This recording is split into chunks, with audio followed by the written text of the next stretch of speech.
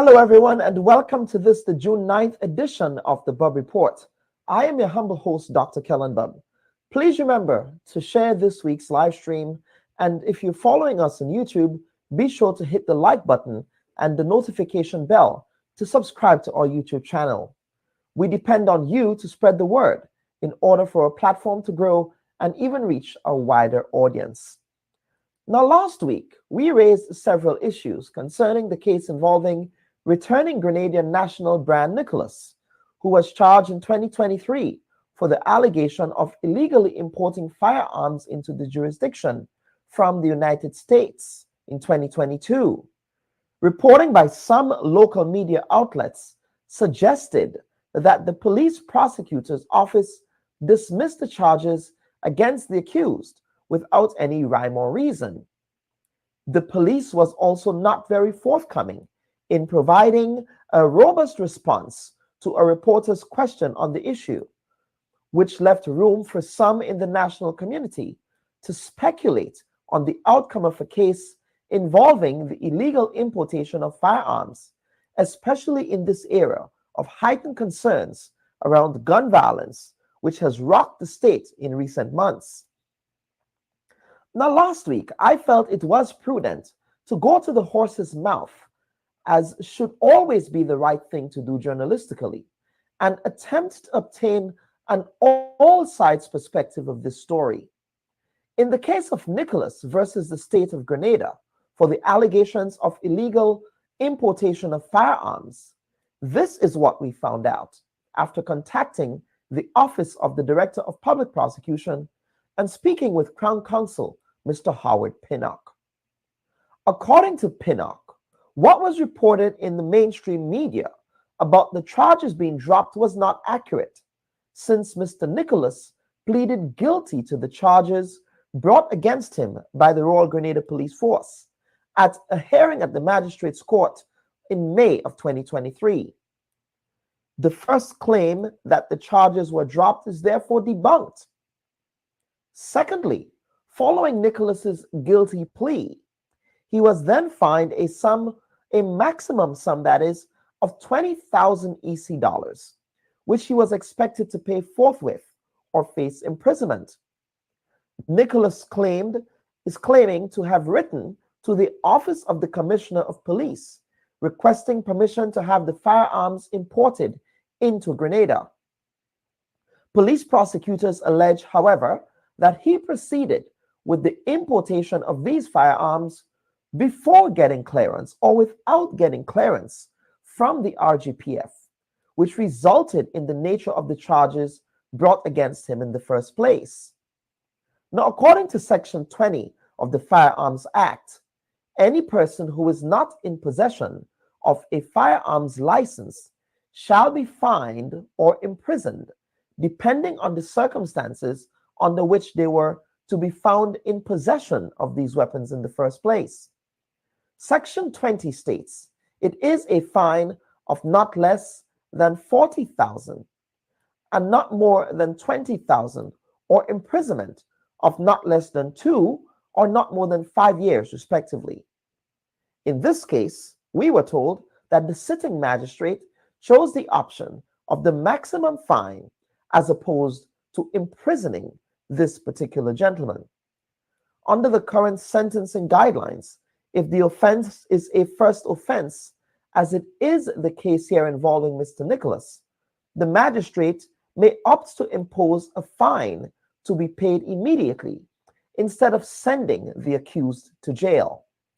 So on the matter of Nicholas, he has had his day in court, and the matter has been properly adjudicated according to the best practices of due process. This is the Bubb Report. We will be back for the first segment of this week's program after this. Now, as a reminder, this week's edition of the Bubb Report is not live. Again, I wish to remind you that this week's edition of the Bubb Report is not live, and our interviews were recorded in 2 separate segments earlier in the week. I do apologize for that, as I am unable to host a live segment of the program this week, as I have some other personal commitments to attend to. So I'm not able to take live viewer questions at this time. But nonetheless, we still have a packed program for you. Of course, viewers and listeners, please stand by as we will come back for the first segment of this week's edition of the Bubb Report. Grenada, it's time to recognize the outstanding individuals who make our nation proud. The National Awards Advisory Committee invites the general public to nominate a deserving Grenadian for a prestigious national award. The National Honors and Awards celebrate the people who have shown excellence and dedication to Grenada's development. You can nominate anyone you think is deserving of an award. Recognition includes the Companion of the Order of Grenada, the Order of Grenada Gold Award for Excellence, the Spiced Isle Award, the Camahorn Award, the Medal of Honor, and the Most Distinguished Order of the Nation, Order of Knighthood. Deadline to submit nomination is July 15, 2024. It's your chance to honor those who have made remarkable contributions to our beloved country. Nomination forms are available at main police stations, churches across Grenada, and the Ministry of Foreign Affairs. You can also download it at grenadaturns50.gd. Complete the form and attach a 2-page bio of the nominee. Then submit the nomination to the Office of the Governor General, Dame Cécile Lagrenade, or via email at patogg@gov.gd or naacgrenada@gmail.com. Don't miss this opportunity to recognize deserving citizens who have dedicated themselves to Grenada's development.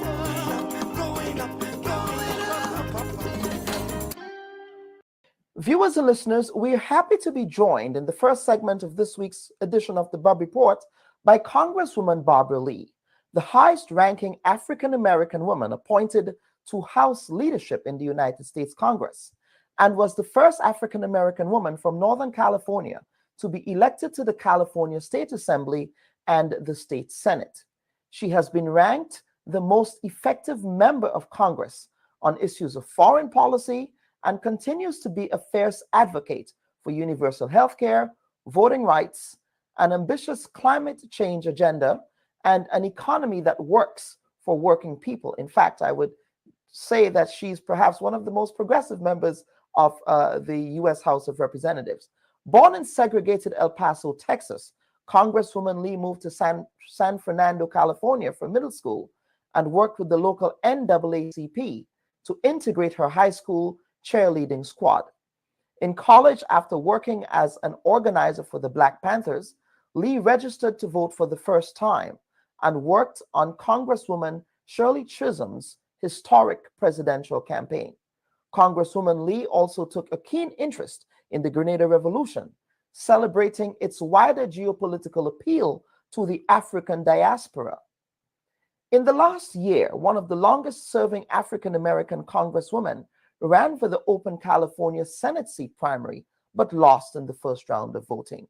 We're happy to be joined this week on the Bubb Report by Congresswoman Barbra Lee. Congresswoman, welcome to the Bubb Report. Glad to be with you.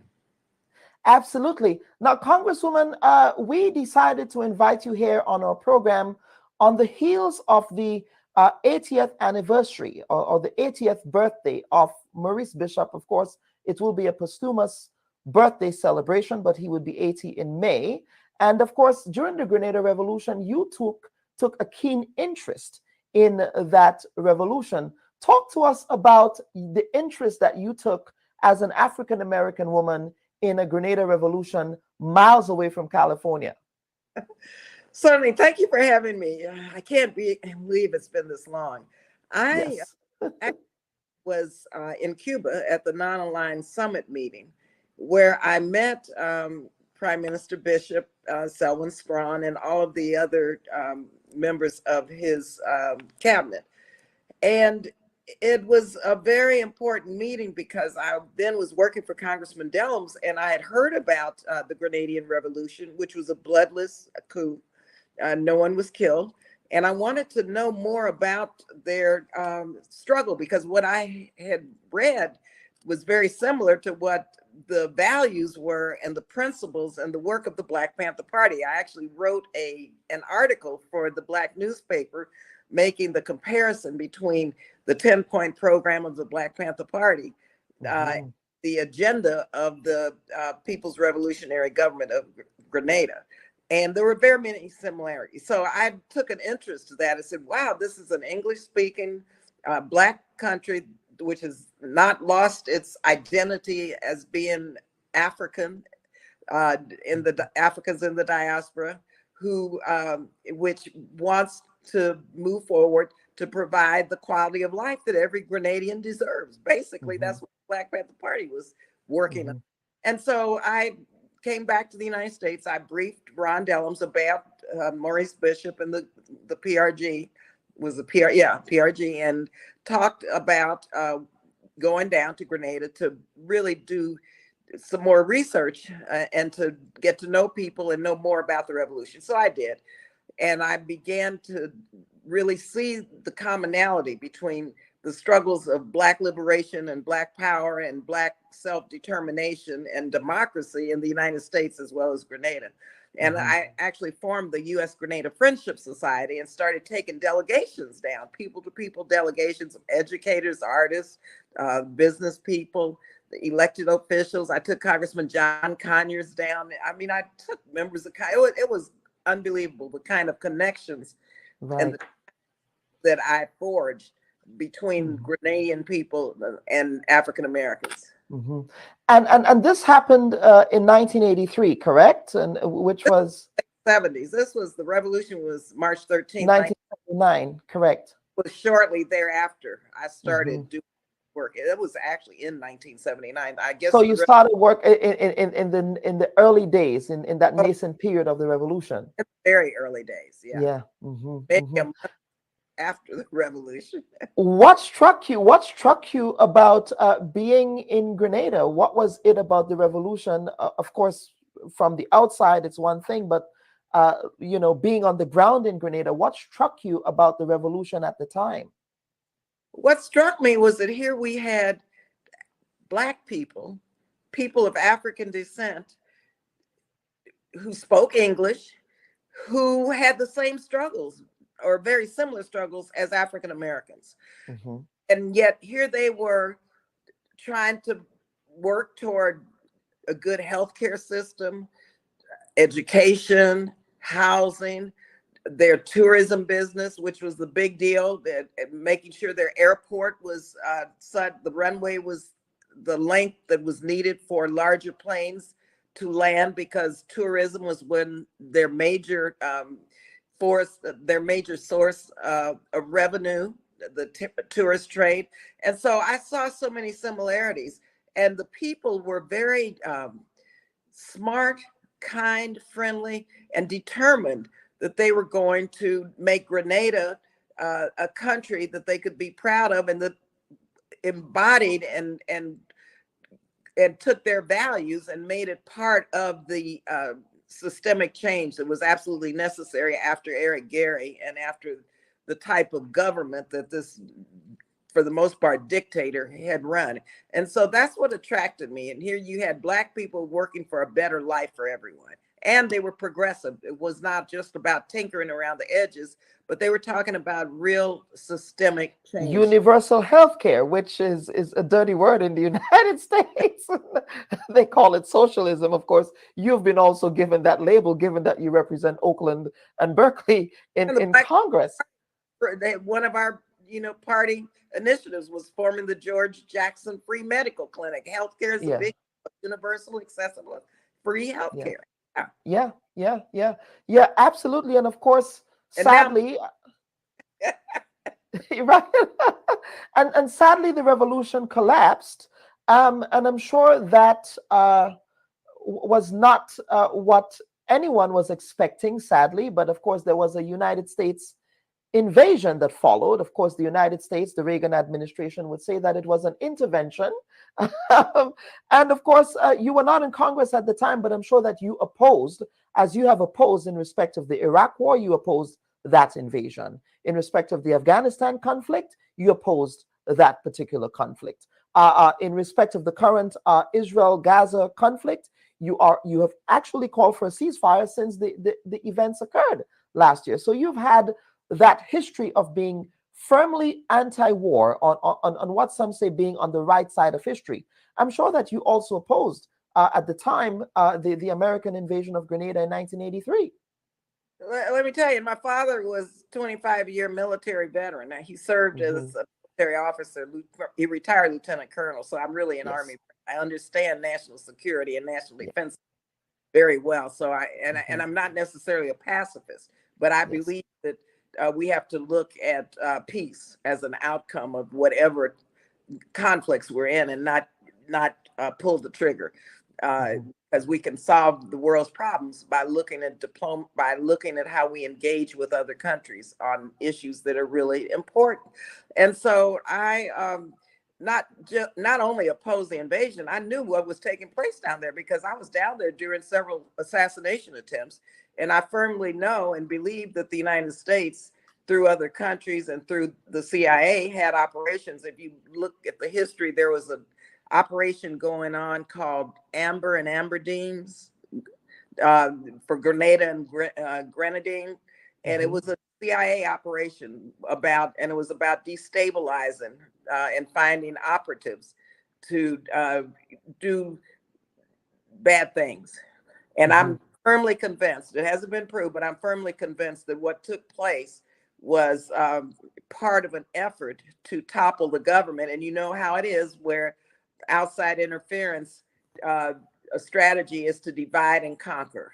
So you send in, like what happened with the Black Panther Party through J. Edgar Hoover, COINTELPRO, you send in spies and people who are very well trained to infiltrate and to cause confusion and to cause a lot of dissension and anger and hatred. And then ultimately, oftentimes, like with what happened with the Black Panther Party, people were killed and people turned on each other. And we know, and if you look, you can look at my record in terms of my FOIA requests, Freedom of Information requests. I have a file this thick, and I could see and know who was doing what. And these were outside agent provocateurs, which J. Edgar Hoover sent in to destabilize the Black Panther Party. I saw that happening in Grenada.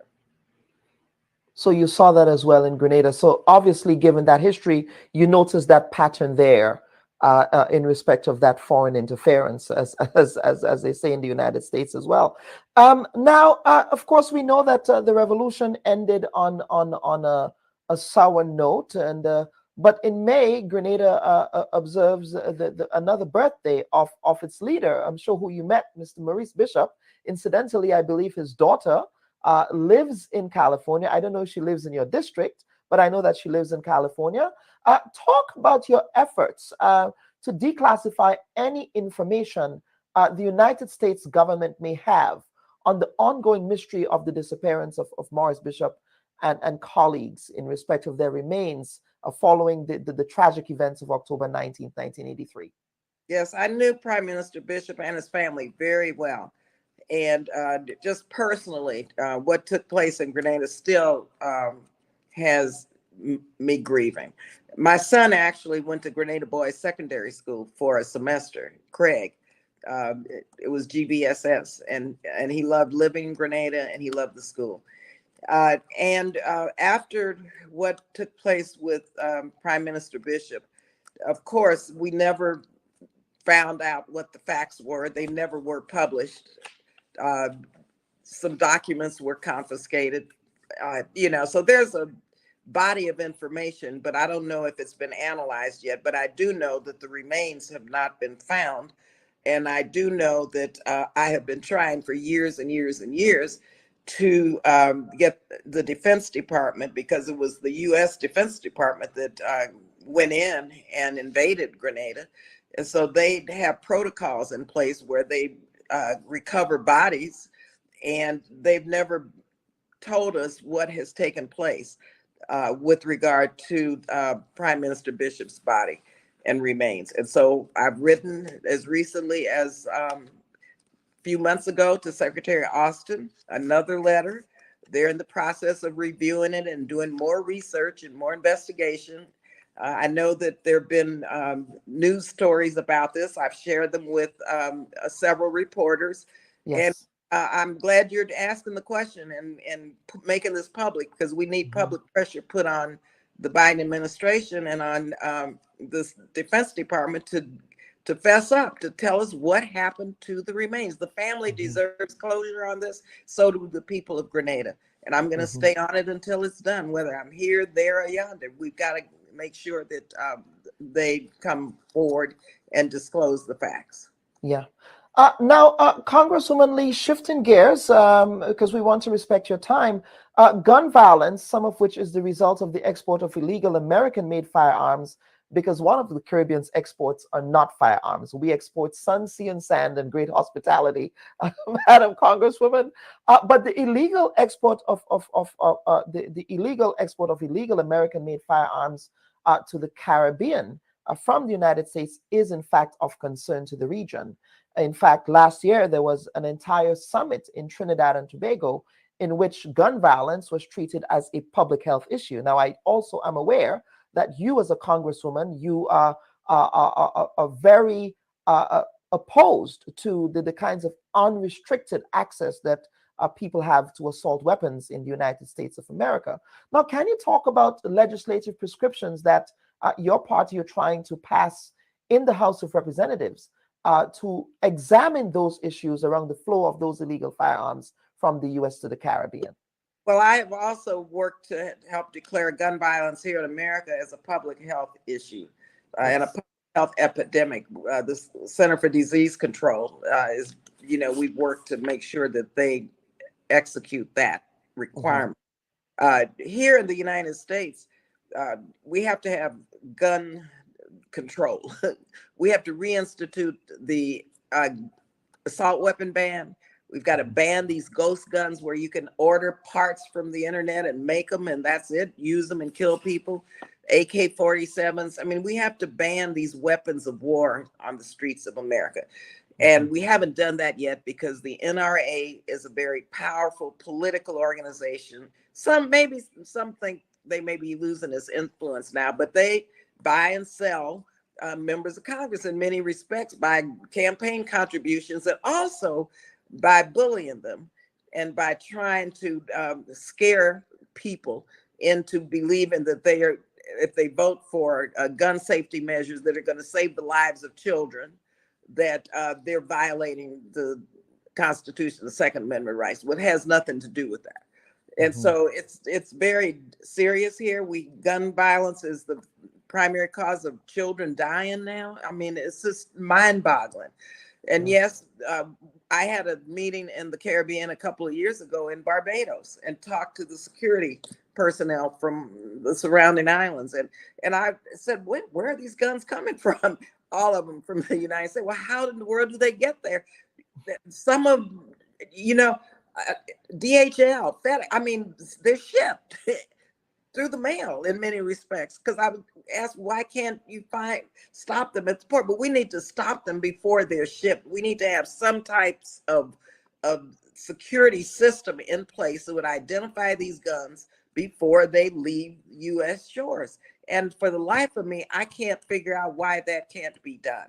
And this is something that really, because I know the gun violence in the Caribbean and what that's about, but until I had this meeting, it didn't dawn on me that these guns are coming from America and they're being shipped there using the mail service also. Yeah.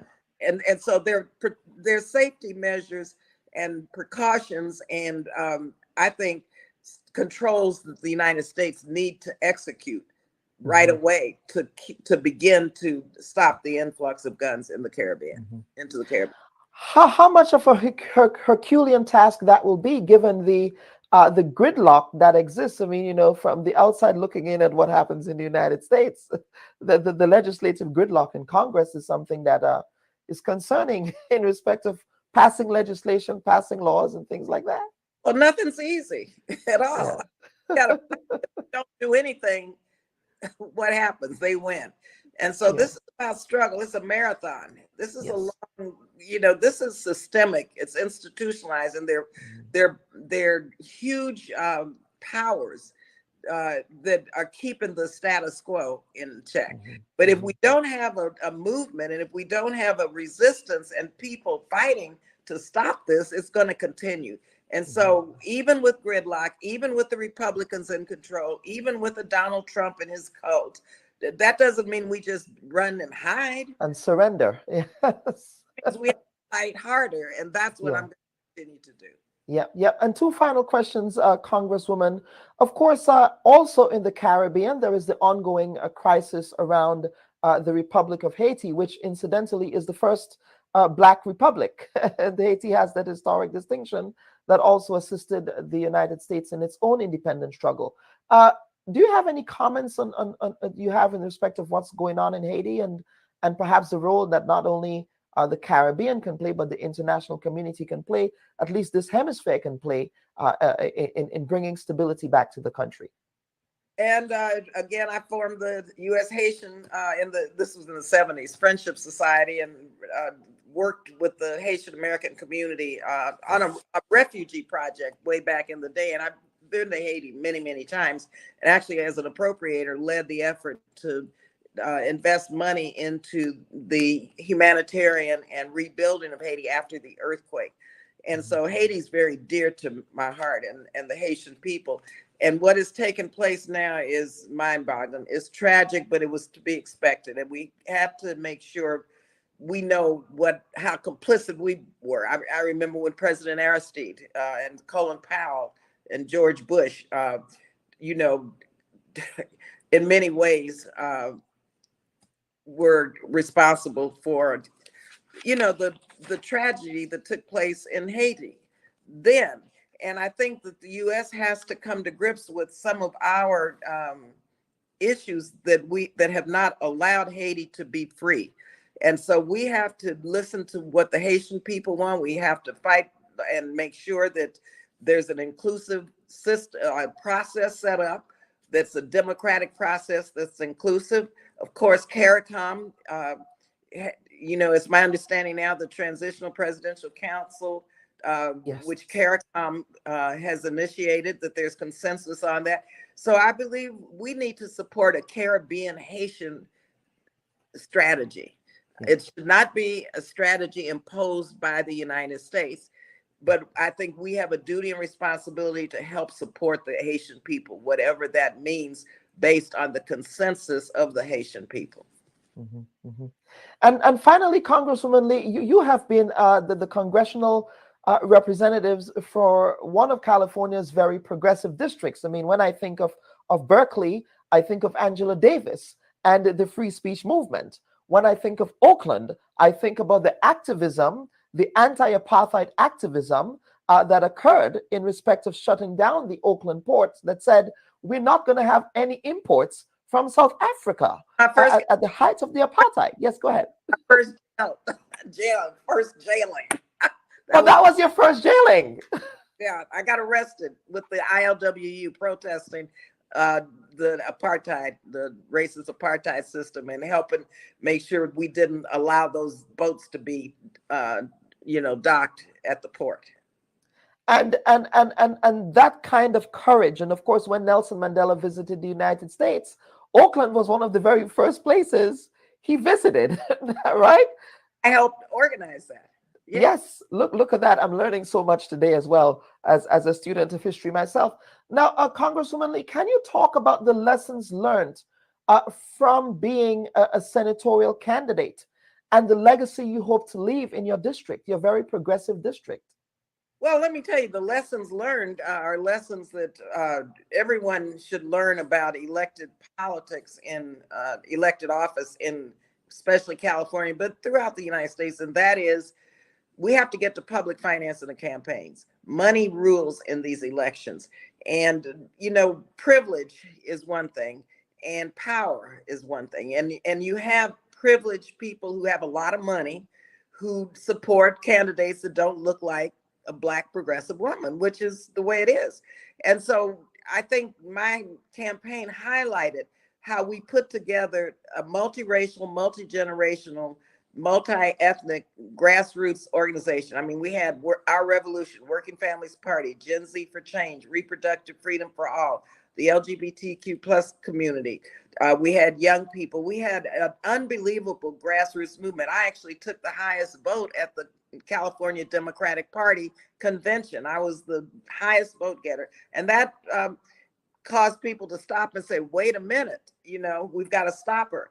And so money in politics, dark money, corporate money, we have to get to a level playing field in America and make sure that everyone has access to the same amount of money so that there's a level playing field so that they can run and win elections. Because in my race, when people were polled about who I am, and California's a big state, 40 million people. Back in my experience, I was clearly the most experienced person in the race, the only African American. We now have two men who are going to be no African American at all from California. But once people got to know me, then the undecideds came to my side. But you know what? I didn't have the money to do ads to communicate to people. But all of the polls that we did and external polls showed that when people knew me, then they'd vote for me. So it's all about money, unfortunately. And we had the people and we had the organization. And so that's the primary lesson learned. But I tell you one thing, I'm forging ahead.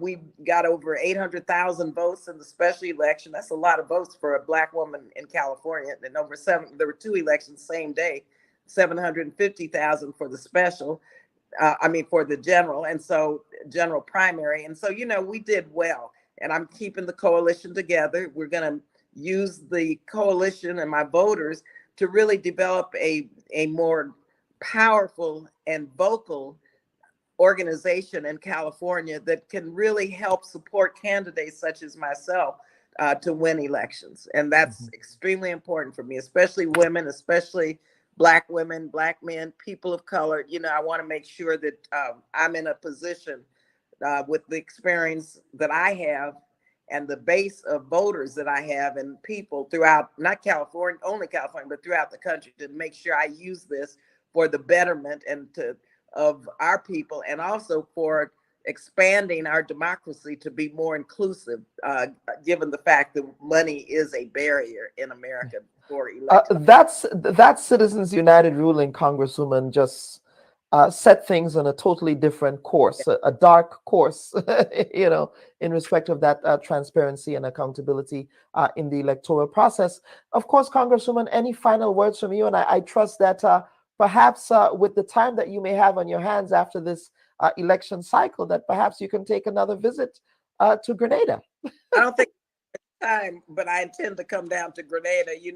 I've done a lot of work and going to continue to do a lot in the Eastern Caribbean, trying to make sure that the U.S. invests more into the Eastern Caribbean, given climate and given all of the formulas that prohibit Caribbean nations from going to the World Bank. So I'll be doing a heck of a lot of work. But I guess what I have to just say is thank you for being here. And the Grenadian Revolution is forward ever, backward never. And that's my message to everyone. Let's go forward ever, backward never. Absolutely. Congresswoman Barbra Lee, thank you so much for appearing on this week's edition of the Bubb Report. My pleasure. Nice being with you. And hello to everyone. Absolutely. All right, viewers and listeners, thank you again, Congresswoman. Viewers and listeners, Congresswoman Barbra Lee, she, of course, is a friend of Grenada, a friend of the Grenada Revolution, and we had a very important conversation with her here around issues of gun violence occurring in the Caribbean, around issues of Haiti, and, of course, her role in the Grenada Revolution and her own impressions of the Grenada Revolution and the role that she continues to play as we observe Maurice Bishop's birthday in helping to bring some closure to the tragic events that occurred back in 1983. Viewers and listeners, we will take a quick break and be right back after this. Should your loved ones pass on, they deserve to be treated with dignity. And at S.A. Johnson Funeral Home, we can provide you with that service. We can take you every step of the way during your sorrowful moments. When that need arises, call S.A. Johnson Funeral Home at 347-777-9797. That's 347-777-9797. S.A. Johnson Funeral Home is a Caribbean family-owned funeral home here in Brooklyn, providing funeral services, but in a dignified way. From cremation to burial, to the repatriation of your loved ones, you don't have to go through the hassle as we provide exceptional service that allows you to mourn and heal peacefully. For more information, visit our website, www.sajohnsonfuneral.org. Send us an email at sajfuneral@aol.com or call 347-777-9797. S.A. Johnson Funeral Home, because you deserve to be treated with dignity. Grenada, it's time to recognize the outstanding individuals who make our nation proud. The National Awards Advisory Committee invites the general public to nominate a deserving Grenadian for a prestigious national award. The National Honors and Awards celebrate the people who have shown excellence and dedication to Grenada's development. You can nominate anyone you think is deserving of an award. Recognition includes the Companion of the Order of Grenada, the Order of Grenada Gold Award for Excellence, the Spiced Isle Award, the Camahorn Award, the Medal of Honor, and the Most Distinguished Order of the Nation, Order of Knighthood. Deadline to submit nomination is July 15, 2024. It's your chance to honor those who have made remarkable contributions to our beloved country. Nomination forms are available at main police stations, churches across Grenada, and the Ministry of Foreign Affairs. You can also download it at grenadaturns50.gd. Complete the form and attach a 2-page bio of the nominee. Then submit the nomination to the Office of the Governor General, Dame Cecile Lagrenade, or via email at patogg@gov.gd or naacgrenada@gmail.com. Don't miss this opportunity to recognize deserving citizens who have dedicated themselves to Grenada's development.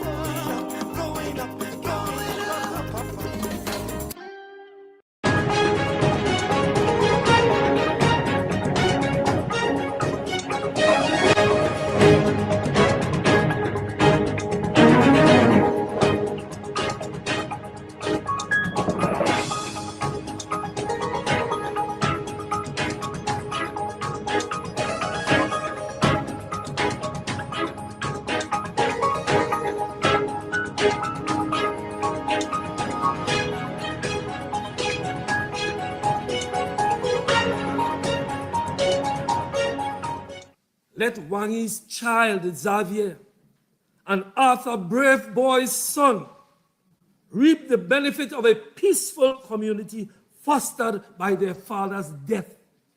Ceasefire now, today.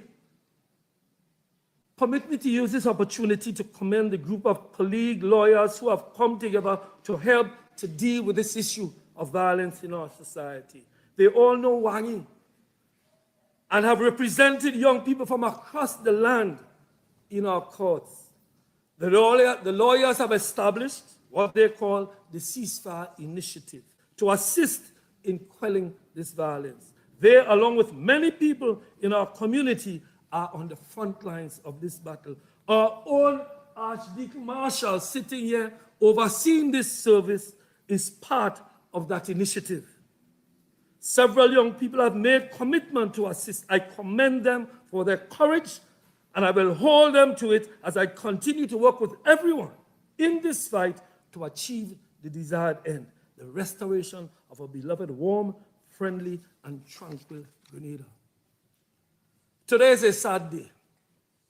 We miss our young brother, Wangi Von Cyrus. We miss him. We all do. We mourn his mom and his offspring. We remember his better angels. And we pledge not to let his death go in vain. Instead, let his blood be the fertilizer that nourishes the soil that brings forth peace and development in our communities. Today we all weep. Tomorrow we do better by each other and for each other. We can and we will, for the very future of this nation depends on us to do so. I thank you. May God bless you.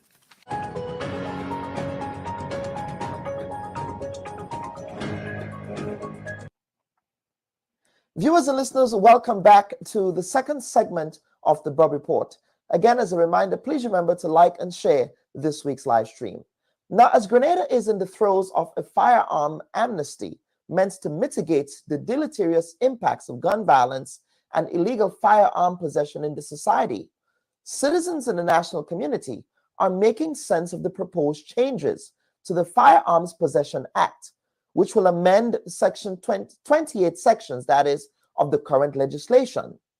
The amendments will include, but are not limited to, the following proposals.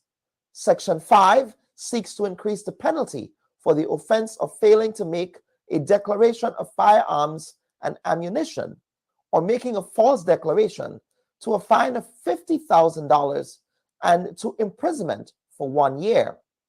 Clause 6 seeks to amend Section 9 of the Principal Act to increase the penalties for the offense of manufacturing or dealing in firearms, ammunition, or prohibited weapons, except under and in accordance with the terms of a firearm manufacturer's license or a firearm dealer's license.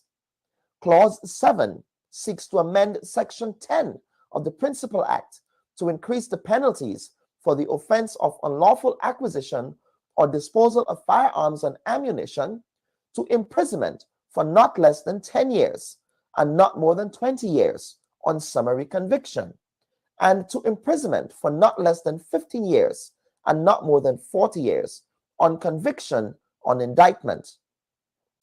Our next guests, Attorney Ruggles Ferguson, King's Counsel, and former Labor representative in the Senate, Chester Humphrey, have very divergent views on how the state should treat with issues on time and criminality on the matter of firearms.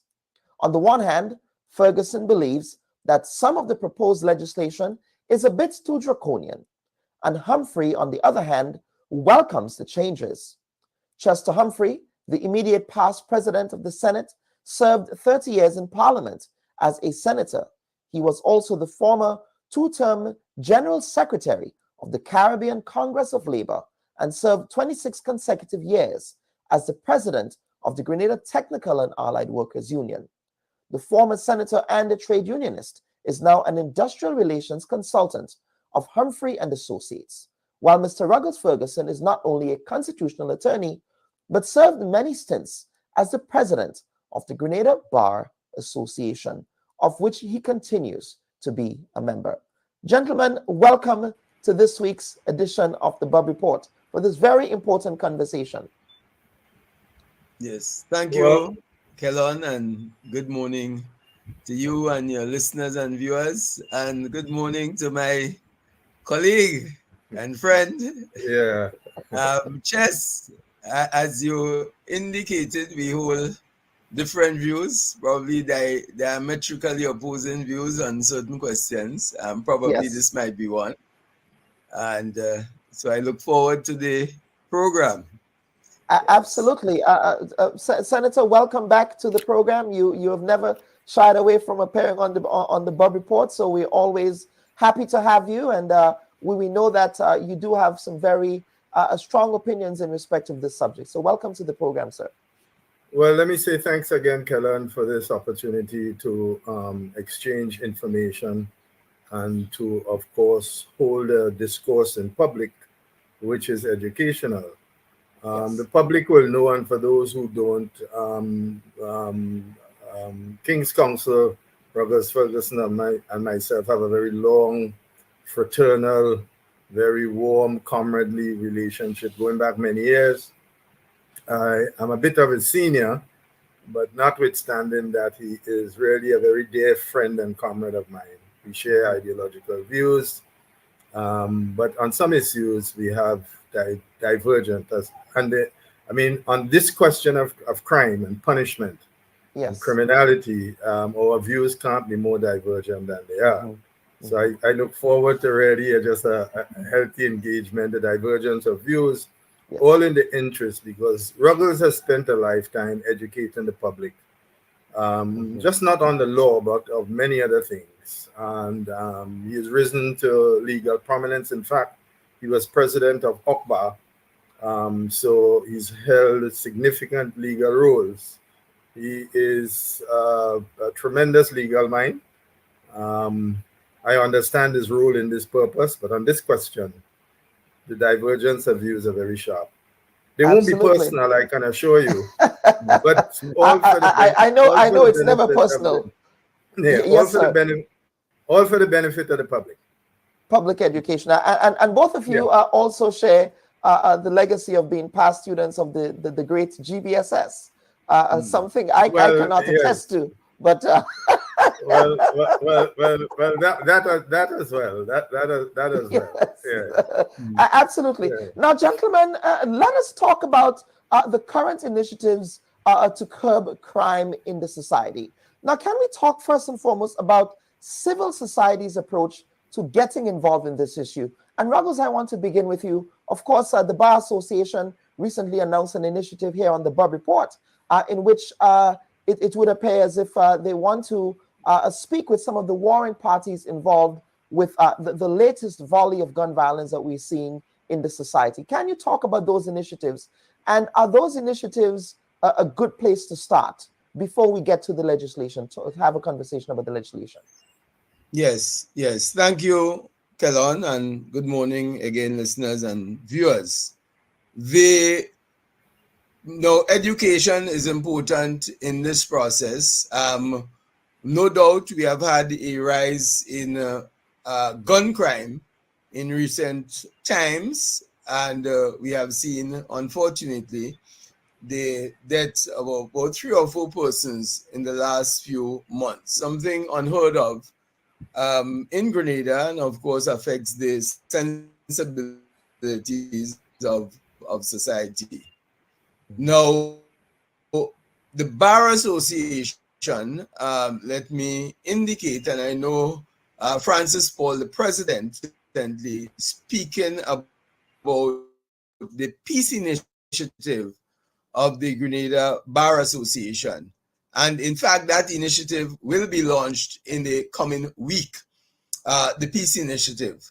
And it's important that not only we talk about this issue, that we criticize where we feel criticism is due, but more importantly, that we get involved in the process, because crime affects everybody. Crime affects all facets of society. And what the Grenada Bar Association has done, because lawyers, especially those involved in criminal practice, they get involved in their interface with people who are charged with criminal activities. They interface with them, they speak to them, they take them in their confidence, they share issues, and lawyers represent these individuals. Now, a lawyer's role, and that has been my very strong position, cannot be just to represent people and deal with a matter in court, but we come into day to day, we come in contact with issues that impact society, that opens our eyes to the very cause of crime, to the root of crime. And therefore, we must play a transformative role. And that has been my role in the Grenada Bar Association and the OECS Bar Association, OGBA, to play a transformative role. Not just talk about the problem, but to try to solve the problem or minimize the effects of the problem as best as possible.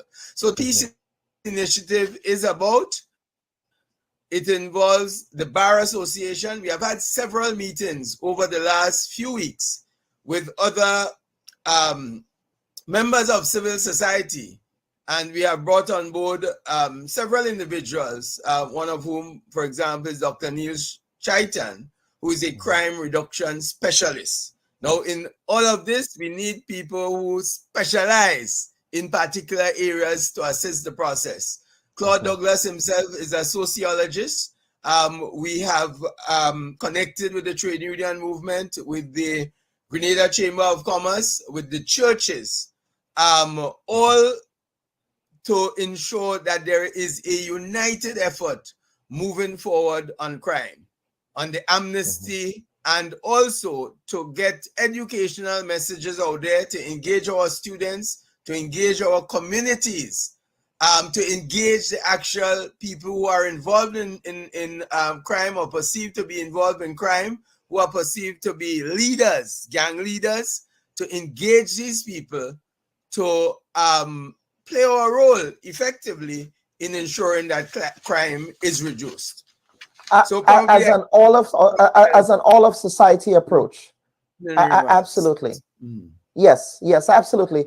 Senator Mr. Humphrey, let me bring you in here, sir, to talk about those initiatives. You heard Mr. Ferguson's articulations here. He's saying that they're not waiting on government. Yes. That it should not only be government, but that society should get involved in arresting.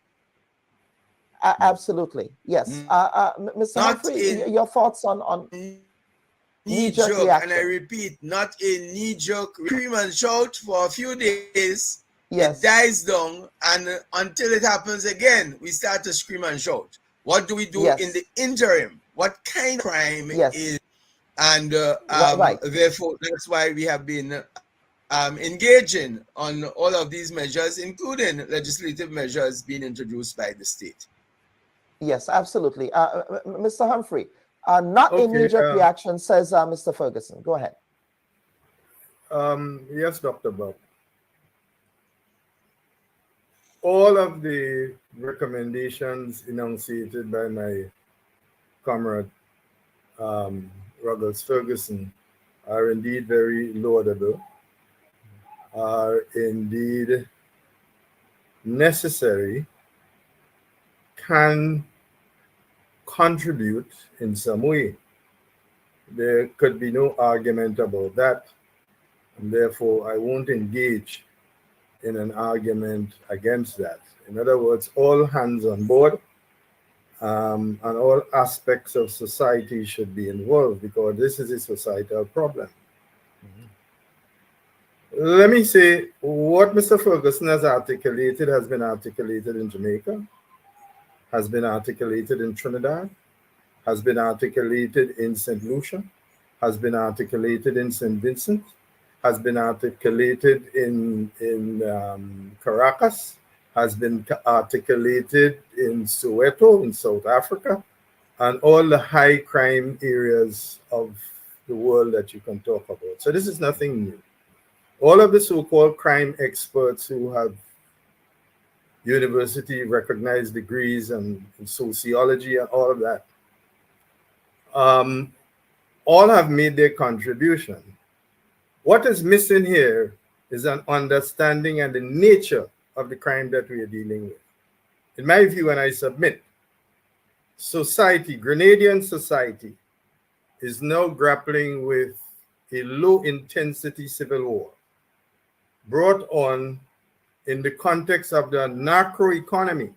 So this is not a crime in which, you went into the village of Maurice after a girl and the young, as youngsters, 16 full-blooded males with all the hormones going, and you think this is an outsider coming through. It's not that. Crime is not that. It's not the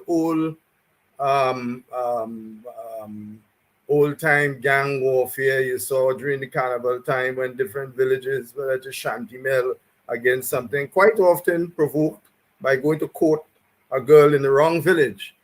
The crime that we're witnessing here, the nature, the intensity of it, the character of it is completely different, right? And the fact that you could go talk, this crime here is what I describe as enterprise crime. And it knows no borders, it knows no rules, it offers no trials, it has no jury, it has no defense attorney, you don't have an opportunity for defense, right? And I want you to look at the nature of the crime. Only a few months ago, there was an execution, according to police sources and public information that's in the public domain that nobody has contested. An individual known by the security, the police, in both jurisdictions of St. Vincent and of Grenada, of an individual who was, in a manner of speaking, executed in a particular southern community here. That individual, they claim, as one of the leading business entrepreneurs in the illegal narco trade. Because the nature of the crime that we're seeing here now in Trinidad and the boldness and what's taking place. I mean, only last week, there was a shootout in which 3-4 people were shot. I think 2 were killed. 2 went into the hospital. And in the hospital, in broad daylight, in the view of people delivering health care to sick people, individuals went into the hospital where the 2 people who survived the initial gunshot exchange out in the public were literally, one of them, of course, as I understand it, or possibly 2, were then executed openly in the hospital. St. Lucia had 80-something murders, I think it is, right? Now, coming back, right? Coming back to, and in St. Vincent, while the Prime Minister was away on state business, there was a mass shooting there. There was a, not, you call it a mass shooting. There was an open war. It was like Gaza. It was like Gaza, open warfare. In Jamaica, in order to try to arrest this situation, the army had to be brought in. A state of emergency had to be declared. Soldiers, armed soldiers, as going into a war zone. Now, I'm saying all of this to situate what we are talking about, right? Because what we are talking about is not the traditional crime, boy hit another one in a football match because somebody said something about somebody's mother. It's not that. The crime we are dealing with, as I described to you, is low intensity civil war. There's a civil war unfolding in our communities. It has now reached the shores of Grenada. So the individual that was executed in the south from neighboring St. Vincent, when he was being buried and his body was being interred, there was an assembly of Vincentian citizenry larger than any political rally that could have been called by any of the contending political parties. I want you to spend a moment contemplating what I'm describing here, because unfortunately, all of the good recommendations by Mr. Ferguson and the good recommendations of others will not address that kind of problem. That's a different problem, a different scale. What we are talking about is war. There is a war unfolding, driven by the economics of cocaine. Okay, and we have to consider as a society, how does the state, because the state is being disarmed, right? The state is being paralyzed, and how do we as citizens look towards the state and give those who are elected to govern the wherewithal so that they would have the political will to engage in this war that's taking place. It's a war in which lives are being lost. In fact, in the Grenada context, one of those arrested for the most recent so-called execution also has to his name another execution, and if not possible, 2 more executions. Okay, so what is being talked about here, all of the recommendations, as good as they are, fall far short. And let me say before we enter into the real thing, the government is on the right track, but it is far from sufficient. It is far from sufficient. And if we don't understand the nature and character of what we're dealing with, it's simple. If a doctor has not properly diagnosed the patient and he's not aware really of what are the issues confronting the patient, then the medication prescribed will not likely work. And that's what we are faced. That's what we are faced with. Diagnose the issue. Let's bring back Ruggles here. Ruggles, you've heard Mr. Humphrey. He's saying that the nature of this particular upsurge in crime we are seeing, the character of it is different, which requires a different set of prescriptions. That he's saying that what you're proposing here in respect of the Bar Association has been attempted in the other jurisdictions, and we see the nature of crime in those jurisdictions. The type of civil society approaches that has been the conventional way of treating to those issues may not work in this period. Your thoughts, Ruggles? Well, first of all, let me disagree fundamentally with my friend that these efforts and initiatives have been tried in other jurisdictions. There may have been talk about it, and that's the problem. We always talk about the problem. We always react to the problem, but we don't address these problems. Need not just a reaction, but it needs consistent, dedicated, organized work for change. That's how you bring about change. And there is not in Grenada even. You may have civil society talking, but everybody leaves crime up to the police and the government to solve.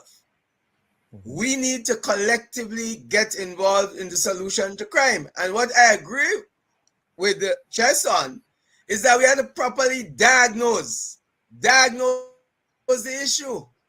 How do we diagnose it? Different people, he might have a view as to what, that's his personal view. It may or may not be correct. We need scientific data, and that's part of the problem. You know, we react to crime.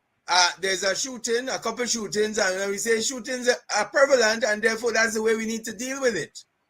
But when you go to the hard, cold scientific data, which all our states have a problem in gathering and presenting in a way that important policy decisions can be taken. And I agree, we need to diagnose the problem, whatever the origin of the problem, and let me address some of the specific issues he raised. And let us assume that he's correct. Then what do we need? What we need first and foremost is a strengthened security arm of the state, more resources being injected, not just for the police generally, but for the specific departments of the police responsible for fighting crime, one. And secondly, that we can no longer take a localized approach to crime. We must take a regional approach to crime because it is getting more and more sophisticated with the use of technology. So we must take a more regional approach to crime. What essentially we are doing and what is being proposed is, listen, let us deal with it after the fact. So for example, somebody arrested and charged for a killing in relation to a gun crime. That person is already dead. And the court is dealing with it at the last stage of the process. What we're trying to prevent is from that person being dead in the first case. What we're trying to prevent is people picking up these illegal arms and pursuing it for the very reason that my friend has indicated. And I agree fully. If it's one statement I agree with, is that we need to diagnose the problem and diagnose it effectively. So for example, let's say one of it is, as is proposed under the Firearms Act, that you increase the sentences from a minimum of 4 years to a minimum of 2 years to a minimum of 10 years and a maximum of 20 years in the magistrate's court if you are charged summarily. So for gun crimes, you can either be charged summarily or indictably. A summary charge is where the magistrate has the jurisdiction to hear and determine that matter. So let us say, and there are two issues, and I think we need to lay it on the table very early that reflect my own concerns and the concerns of several others. One, part of the reaction is introducing one minimum mandatory sentences for firearms, a minimum sentence of 10 years and a maximum of 20 years in the magistrate's court if it's a summary offense. If it's an indictable offense, triable in the High Court, it's a minimum, the court's hands are tied, of 20 years and a maximum of 40 years. Plus, the other aspect of it is that the amendment and the amendment to the Criminal Procedure Code has to be seen in conjunction with the Firearms Act. What the amendment to the Criminal Procedure Code does is to remove the discretion of the magistrate to grant bail for firearm offenses. In other words, it can be only granted in the High Court. So, there are only 2 offenses existing right now where a magistrate cannot grant bail. It's for treason and murder. For any of these 2 crimes, and the more popular crime is murder for when you compare the 2. So a magistrate cannot grant bail for murder. And what is being done is to introduce in the Criminal Procedure Code an exclusion to add offenses under the Firearm Act, which are liable, where you're liable for 5 years imprisonment or more. So the magistrate is good enough to impose a 10-year minimum sentence or to impose a maximum sentence of 20 years, but it's not good enough to grant bail at the end of the day. And irrespective of what is said, the starting point for these things is the presumption of innocence. So you have somebody who is arrested, picked up on a firearms charge, not say immediately that person can get bail. You have to go to the High Court. Yes. Go through the expense and time of infringement. And we are not so much opposed to increasing sentences. Yes. And increase sentences. But when you have mandatory minimum sentence. Yes. Yes, absolutely. Yes, Ruggles, stick a pin there, because I do believe you went ahead a little bit there. I think you went ahead a little bit there in respect of the meat and potatoes of the legislation. But I do want to bring back Mr. Humphrey here in respect of the proposed legislation. Let me say, yes. The legislation is just the beginning. Okay. The state has much further to go and should dare to go there, notwithstanding the pleadings of my good friend and others in the legal fraternity. As I said to you before, this is a state of war. Yes, and in a state of war, you have to, in some instances, suspend civil liberties. In some instances, there's forced conscription into the armed forces. This is a state of war, and evidence that it's a state of war. And I'm happy that Mr. Ferguson brought in the fact that crime must be seen regionally, because it is a regional phenomenon driven by the entry into our sphere of life, the narco trade.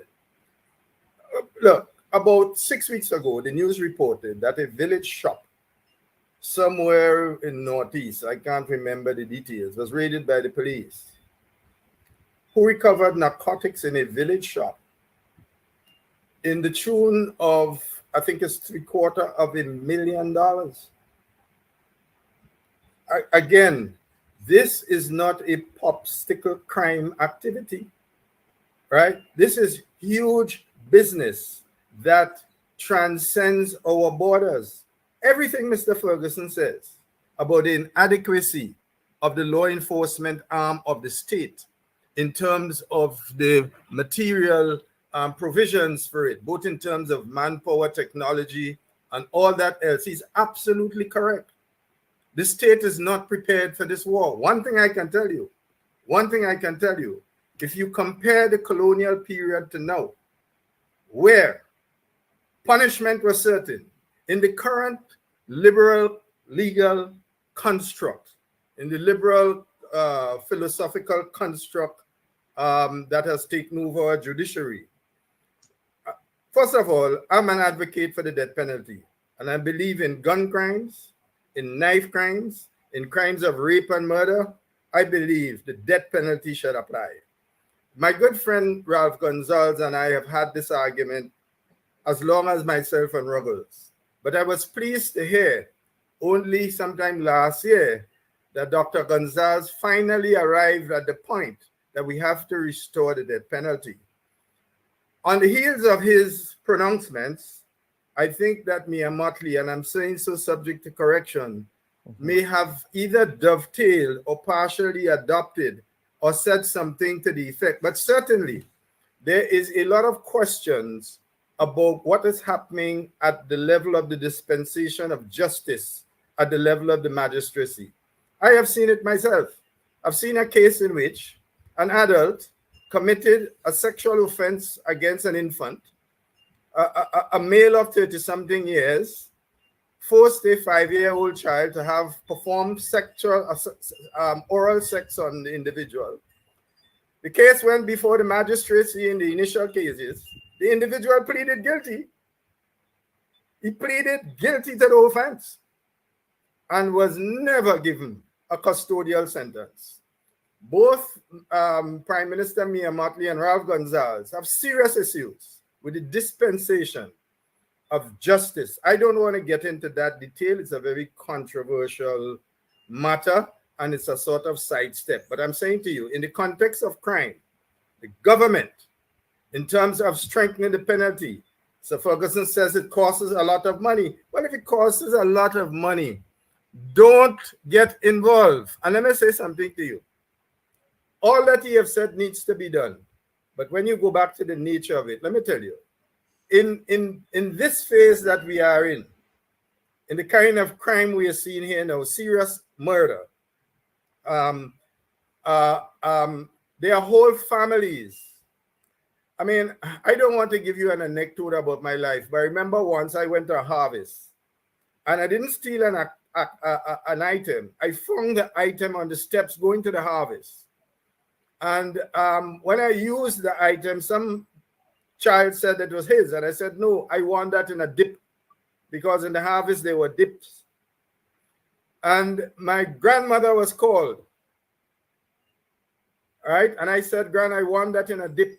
And they went to the people who prepared the dip. And the people who prepared the dip said, this item was never placed in the dip. Well, Dr. Bubb, I remember that curtail I get up until now. And I hold that responsibility. Accountability. Yeah. Accountability. And that was my grandmother. That was my grandmother. No. Yeah. There are families involved in this narco trade.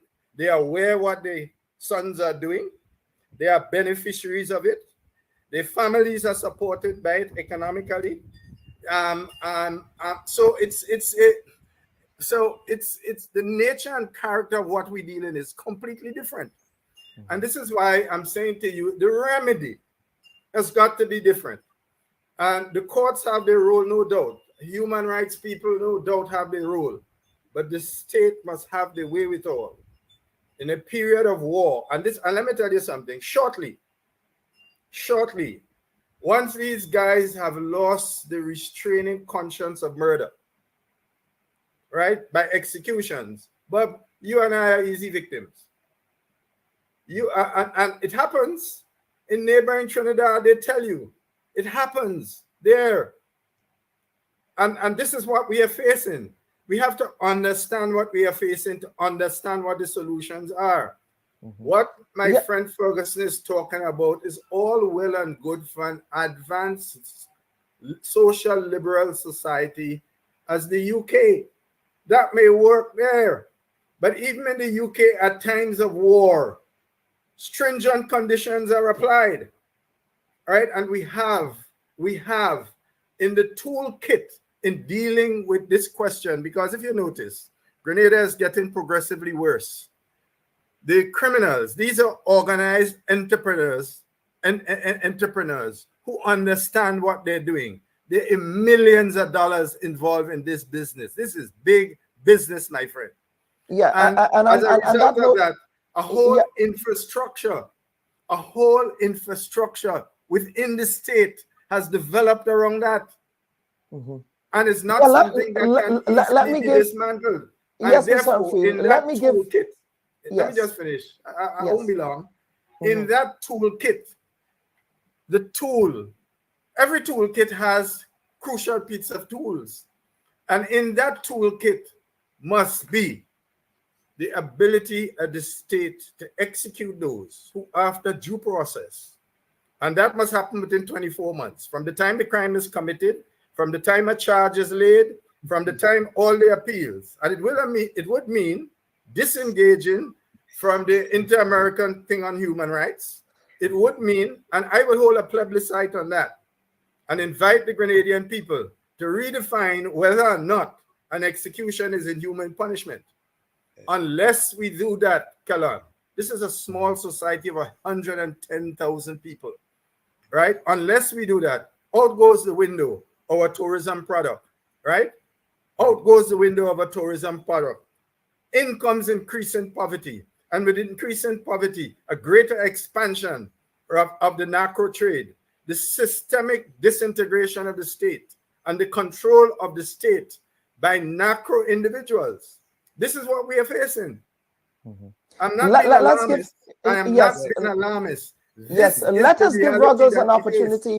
Let us give, you've said a lot there, and I'm sure a lot of what you articulated is like fingernails on a chalkboard for Ruggles.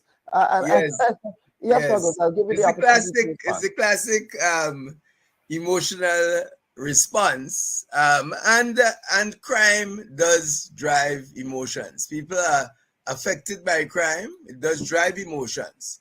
But you see, my friend is basing his argument on certain philosophical positions and certain statistics that he thinks are correct.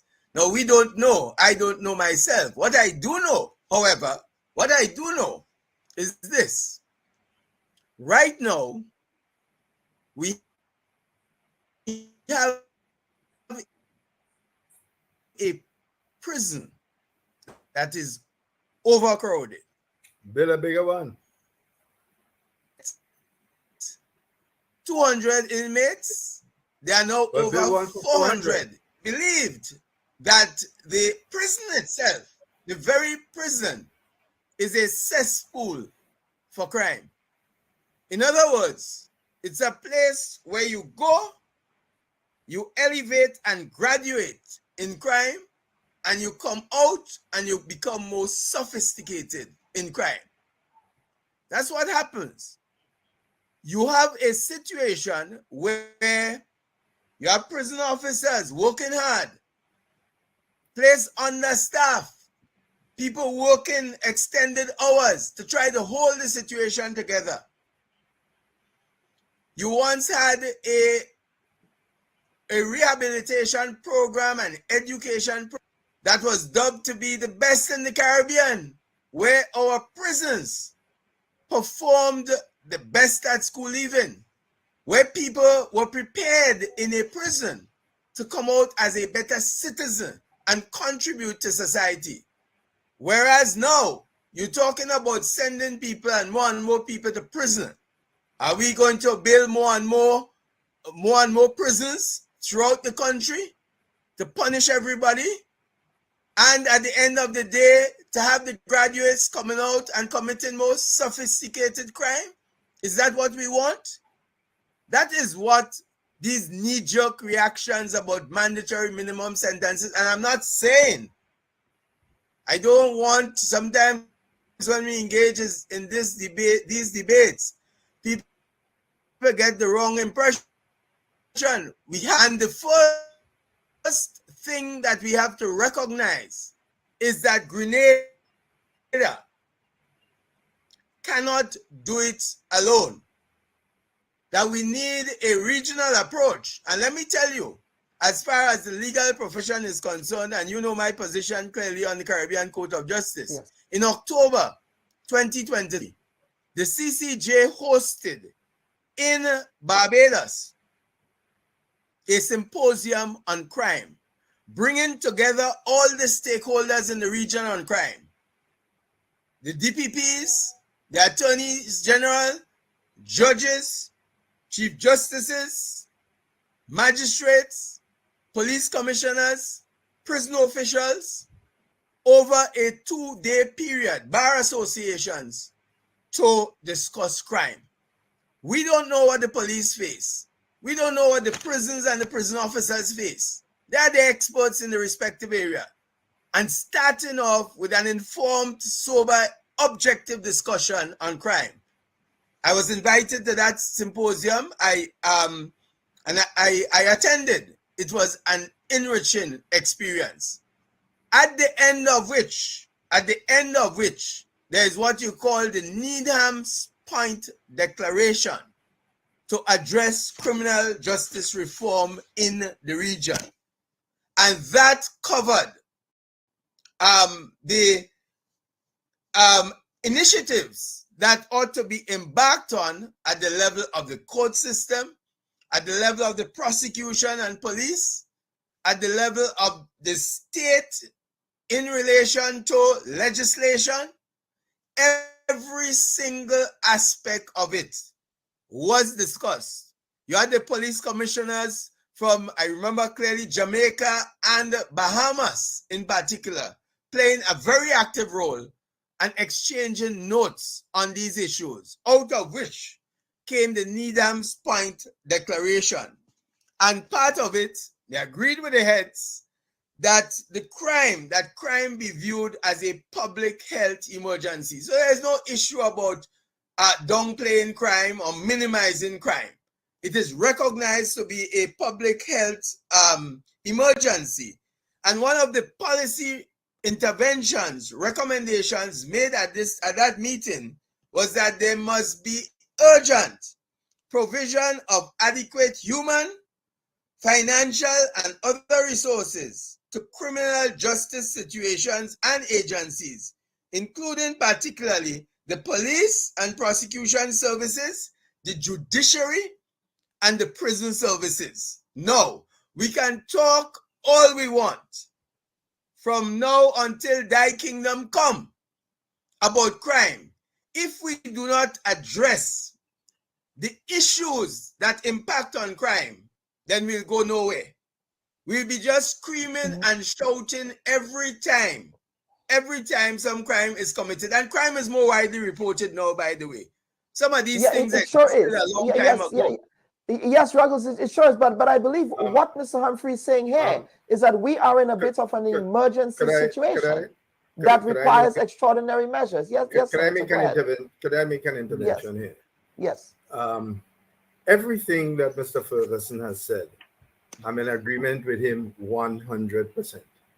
In other words, all the prescriptions of things that need to be done in an integrated, holistic way, right, has got to be done.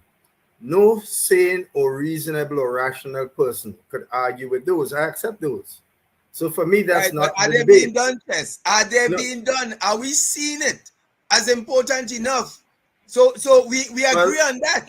But the fact is, are any efforts being made to do it? That's the issue. And I would agree with you that in the Grenada context, certainly not enough, especially given the background that because here you have a prison officer working. But first of all, I think prisons should be desegregated, should be segregated out, right? And I'm agreeing with you that a lone penal institution in which you mix up all kinds of persons, a guy going there for thieving a fowl, and one going there for robbing a bank, another one going there for executing 2 people, and you have all of them mixed up together.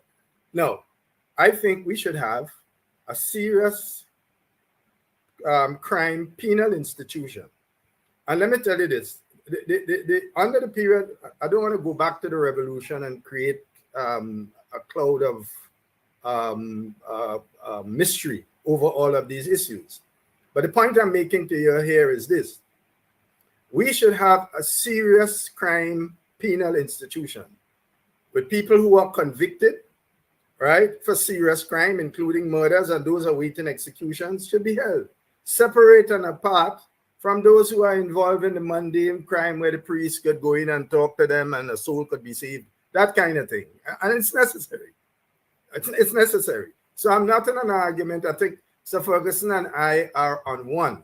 However, where we differ is that there are things that must be done immediately, and there are things that will happen progressively over time. The state has a limit of funds, right, in which it must do a whole range of different things. Yes, there must be. I mean, as I said to you before, the police and prison officers. The prison officers are overworked, underpaid. A guy is caught with $5 million worth at street value pound of narcotics. He goes before the magistrate who charges him $20,000. That's got to be a joke. That has got to be a joke.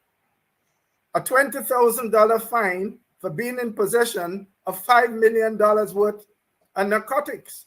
What do you think would happen in a prison where a prison officer, poorly paid, overworked, poorly trained, little or no kind of support resources?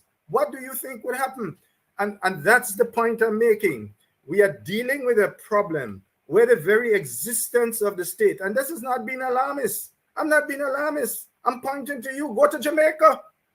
Go to St. Lucia. I'm not being alarmist. These are real things that are happening in Trinidad and Tobago and in Jamaica. The army, which is set up precisely to defend the state against foreign aggression, is now doing police work because of the state of deterioration of things.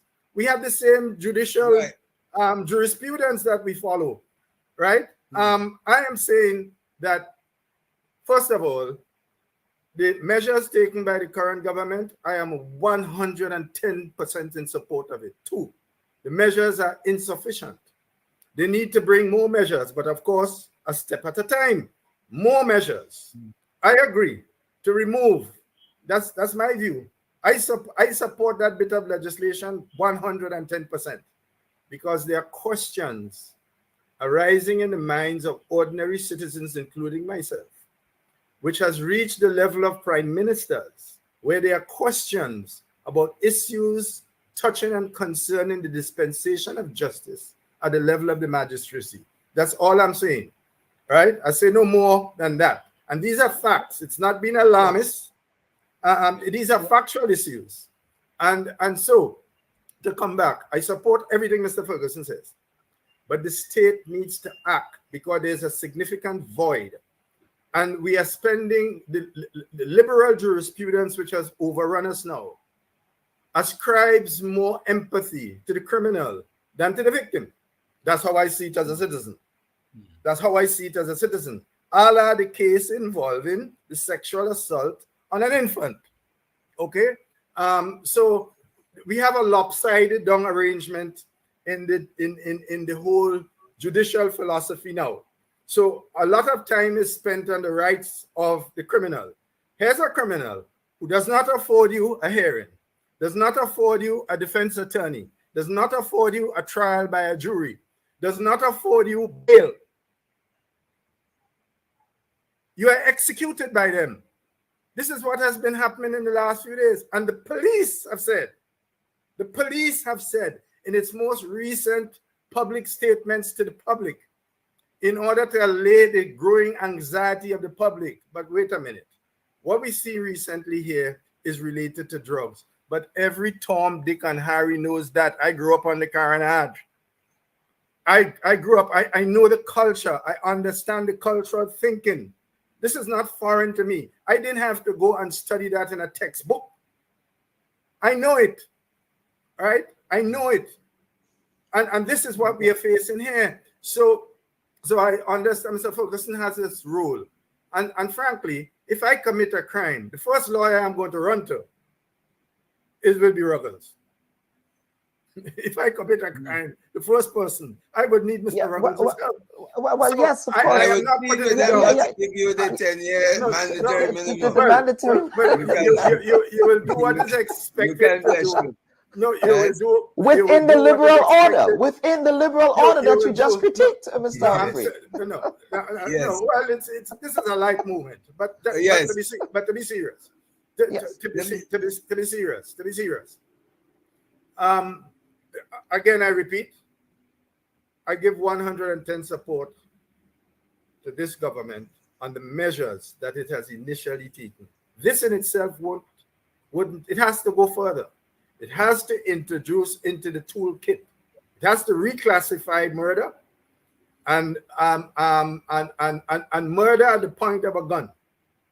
Murder at the point of a gun, in my view, should be a capital offense of the most serious type. It shouldn't be no non-capital murder. So going into the criminal code has to be now dealt with deeper. And I would advocate that we have a plebiscite on the restoration of the death penalty. Let the citizens of Grenada and not a judge or the judiciary determine whether or not or the Privy Council or the Privy Council for that matter, by giving the citizens a simple opportunity to determine the question whether or not execution after due process in the court is not cruel and unusual. Yes. And I can guarantee you from where I sit that the vast majority of the citizens of this country would come to that conclusion and support that amendment. And for those who commit those crimes and are brought guilty, should be hung. Yeah. Mr. Ferguson. All within a 24-month period. Yeah, and if Mr. it is Ferguson, possible, Mr. Humphrey. Yes. Yes, Mr. Humphrey just essentially laid out a serious indictment of the notions of due process and constitutional rights within the context of what happens when a criminal offender is adjudicated. And of course, in Grenada's system, which is based on that Western order, it's about the presumption of innocence until proven otherwise in a court of law as the evidence comes to bear. So what Mr. Humphrey is saying here is essentially that given the current state that we in, that even that particular liberal order does not stand up to the current reality of crime that we are confronting, which is a bigger beast. Mr. Ferguson, over to you for a response. Yes. And then I want to respect your time. I know you have to go. And so after that, we will go to you two gentlemen for closing comments. But go ahead, Mr. Ferguson. Yes. First of all, let me just address Jamaica, St. Lucia, and these examples given. The problems have developed to the extent they have simply because the approach of my dear friend has been taken and you never address the root of these issues. You don't seek to discover what are the central causes and also try to address this in the meantime. Now, to address crime, it requires efforts at several levels. The parenting level, the schools, the community. If we did that 10 years ago, we'll be reaping some benefit from it. Now, we are part of a wider world, and we are influenced by the activities of a wider world. And we also have to bear that in mind. Now, what my friend is saying, how much, and we go to the actual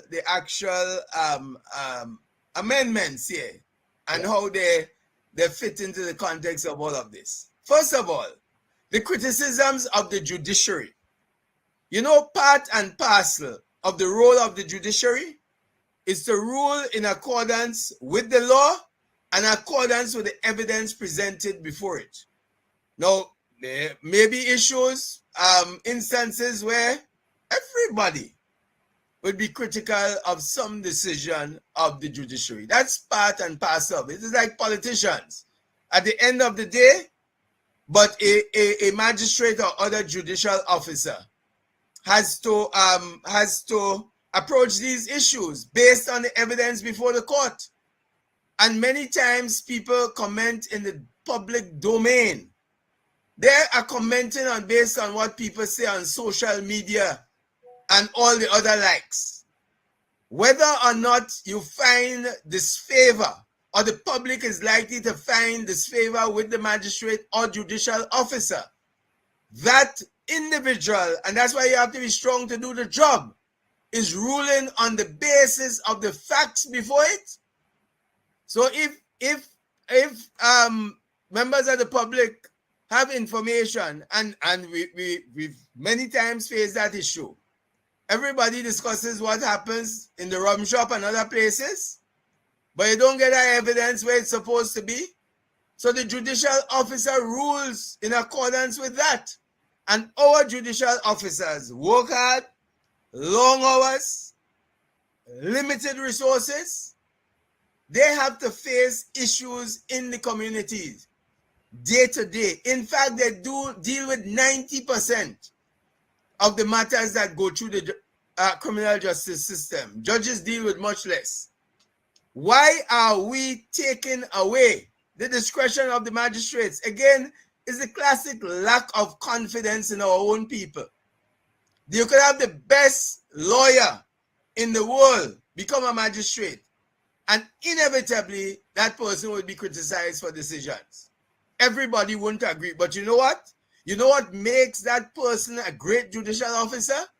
Irrespective of the noise around him or her, that person rules in accordance with the law and the evidence before it. One. Secondly, these same leaders, and the examples my friend gave, sitting at the heads of government, right, speaking about crime, are the same people, and I'm just speaking collectively here, not necessarily any individuals, that don't put resources into the criminal justice system. In the meantime, we have a constitution. I am not making the pronouncement. We have a constitution that says you are entitled to the presumption of innocence. And I know my good friend and comrade always preaches law and order. Oh, we can't preach law and order when it's convenient to us. It's across the board. We have a constitution that says you are entitled to the presumption of innocence until you either plead guilty or you're proven guilty by a competent court established by law. That's Section 8 of the Constitution. And the constitutional mandate must always be upheld. No, I'm not saying we need to address crime. We have never had the approach. And that's why I always laud institutions like the CCJ. There's an academy of law. It's not like the Privy Council that just a matter comes before it, it hears the matter, it rules on it, and they don't play any role in our local justice system. The CCJ had that initiative to start a process that we should all try to follow. So these knee-jerk reactions, they will remain that, right? And the burden falls on the same police, on the same prison officers, who then we criticize for not dealing with crime, because it's a plaster on a sore mentality and approach that we take.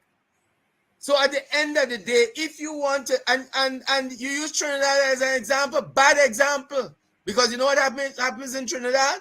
In Trinidad, government and opposition blaming each other for crime, blaming each other and not supporting initiatives to address crime. They blame each other, and they continue to blame each other over the years up to now, with the results that crime has increased exponentially.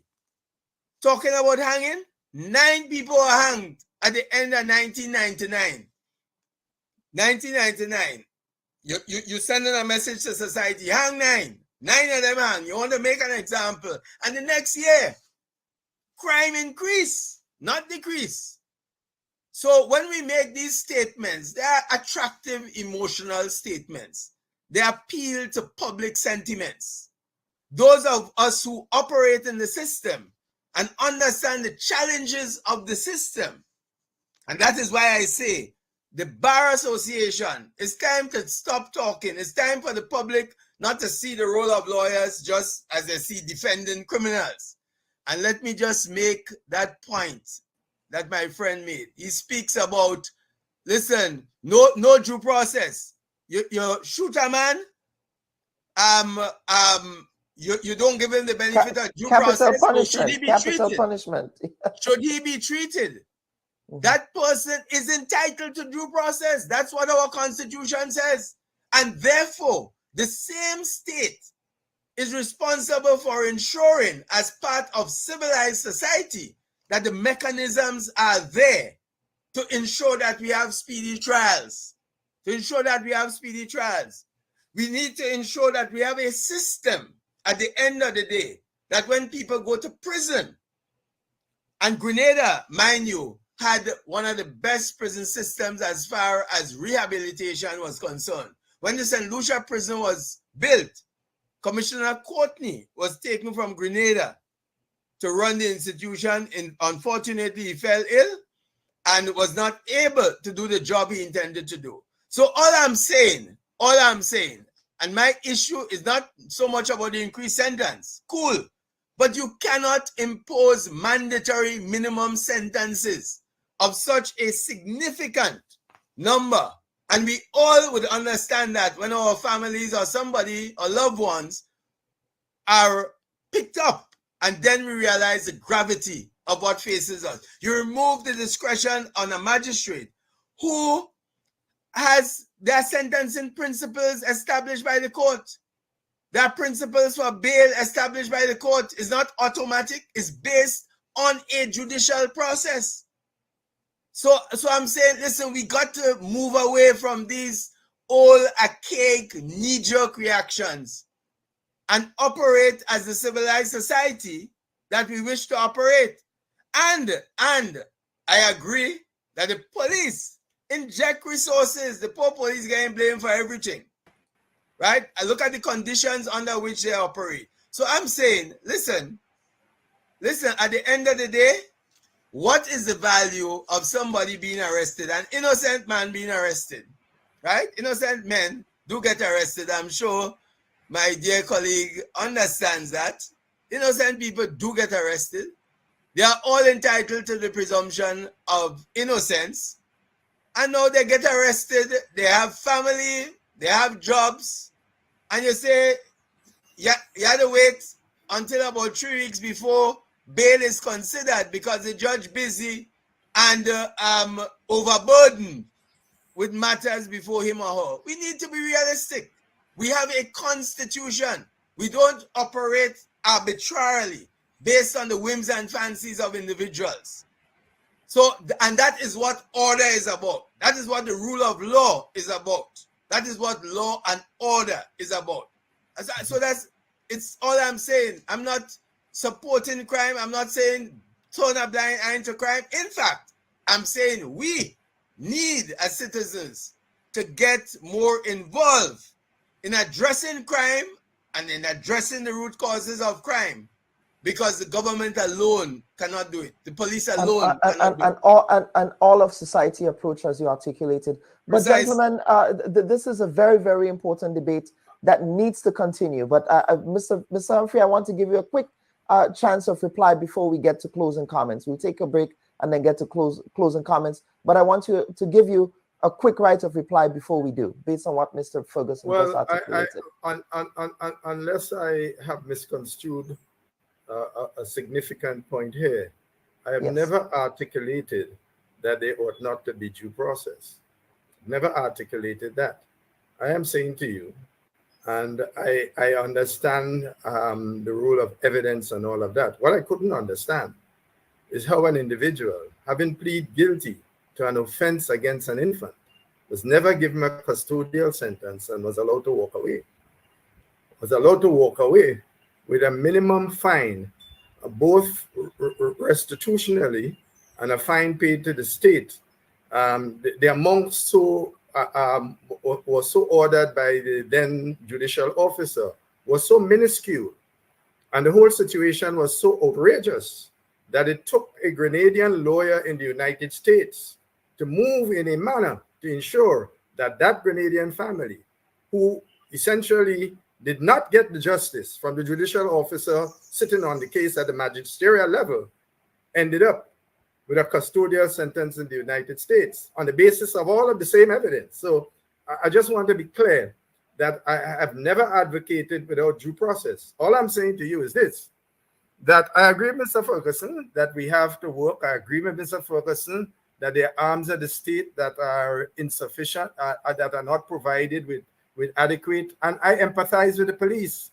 Our police officers work here diligently, exceedingly hard, with low pay and poor working conditions. You just got to look around in the conditions under which they work. You just have to look at their retiring benefits, etc., to realize. And this is in a context where the narco economy has infiltrated the society, and it's turning the society upside down.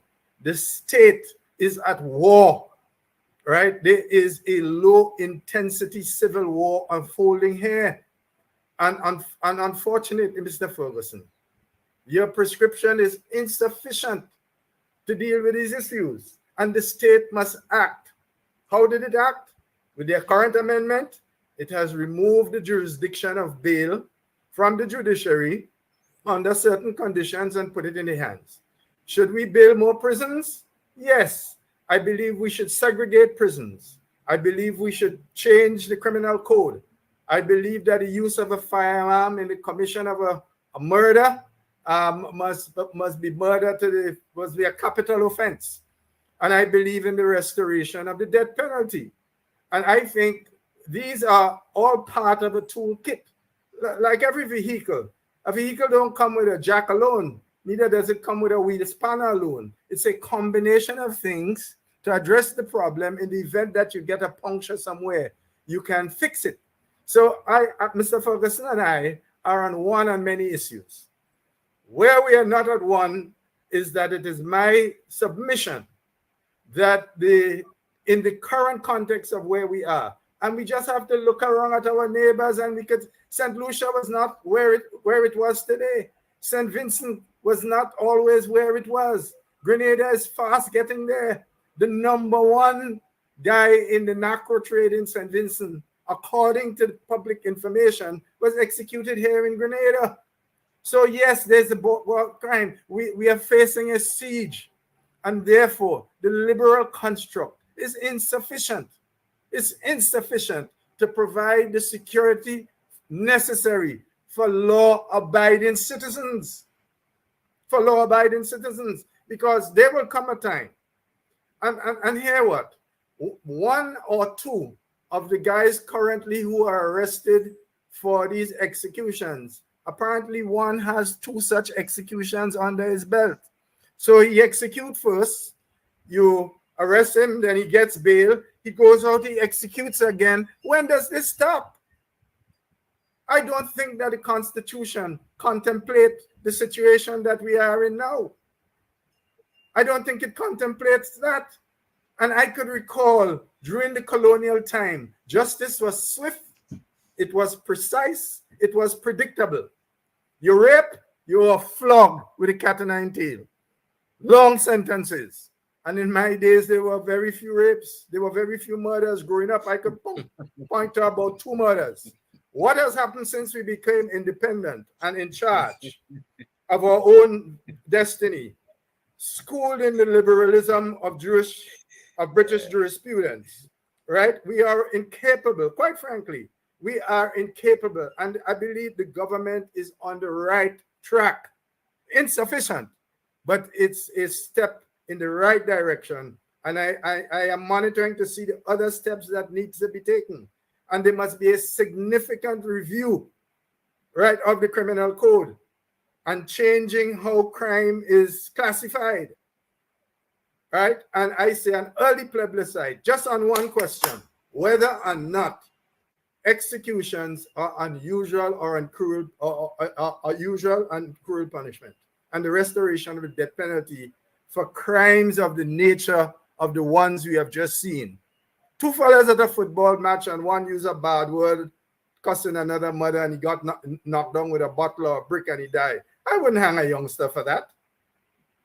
But what we're witnessing here, the police has said so. The police has said to the country, and I believe it's an attempt to lay the fears and anxiety of people. But for persons like me, I become even more anxious. But the police has said that what we have seen is not the usual crime, is all related to the narco trade. And let me tell you something, there's no priest, no pastor that can go to a family that is handling millions of dollars, whose standard of living has risen tremendously because of that, and who themselves are knowledgeable of the activities for which the youngsters are engaged. I don't see how you rescuing that, my friend. So what Mr. Ferguson is talking about, yes, it has a place, but it has a place for a village bully who goes into Mount Morris, all right, gets a female, annoys the robust males inside there, and there's a conflict between them on a carnival morning. I agree with Mr. Ferguson on that. What we are dealing with here is a low-intensity civil war, right? And that liberalism just won't work.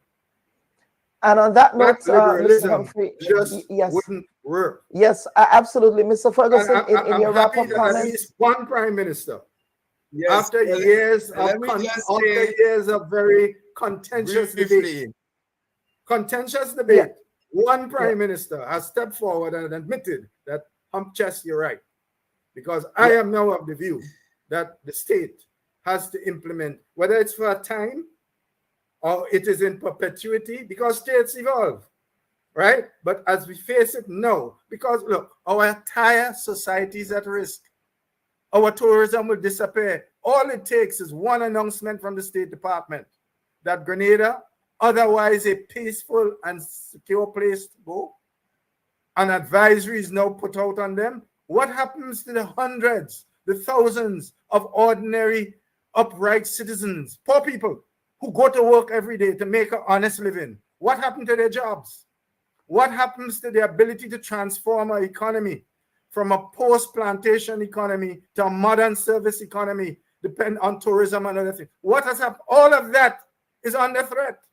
So it is not just a simple case of, it's not as simple as Mr. Ferguson puts it. And it is not a knee-jerk reaction. It's a necessary prescription to deal with a particular situation at a particular juncture in history that we find ourselves. Yes. Mr. Humphrey, on that note, we do have to take a quick break, and I know Mr. Ferguson has to go. But Mr. Ferguson, I promise I will give you an opportunity in your closing comments to respond to or articulate the issues that Mr. Humphrey raised. Our viewers and listeners, please stand by. We're going to take a break and come back with closing comments for this very important conversation on the Firearms Amendment Act. But again, that is just a rubric for a number of other crime-fighting measures that the state need to implement in respect of arresting concerns of crime that Grenada is currently confronting. Please stand by. Grenada, it's time to recognize the outstanding individuals who make our nation proud. The National Awards Advisory Committee invites the general public to nominate a deserving Grenadian for a prestigious national award. The National Honors and Awards celebrate the people who have shown excellence and dedication to Grenada's development. You can nominate anyone you think is deserving of an award. Recognition includes the Companion of the Order of Grenada, the Order of Grenada Gold Award for Excellence, the Spiced Isle Award, the Camahorn Award, the Medal of Honor, and the Most Distinguished Order of the Nation, Order of Knighthood. Deadline to submit nomination is July 15, 2024. It's your chance to honor those who have made remarkable contributions to our beloved country. Nomination forms are available at main police stations, churches across Grenada, and the Ministry of Foreign Affairs. You can also download it at grenadaturns50.gd. Complete the form and attach a 2-page bio of the nominee. Then submit the nomination to the Office of the Governor General, Dame Cécile Lagrenade, or via email at patogg@gov.gd or naacgrenada@gmail.com. Don't miss this opportunity to recognize deserving citizens who have dedicated themselves to Grenada's development.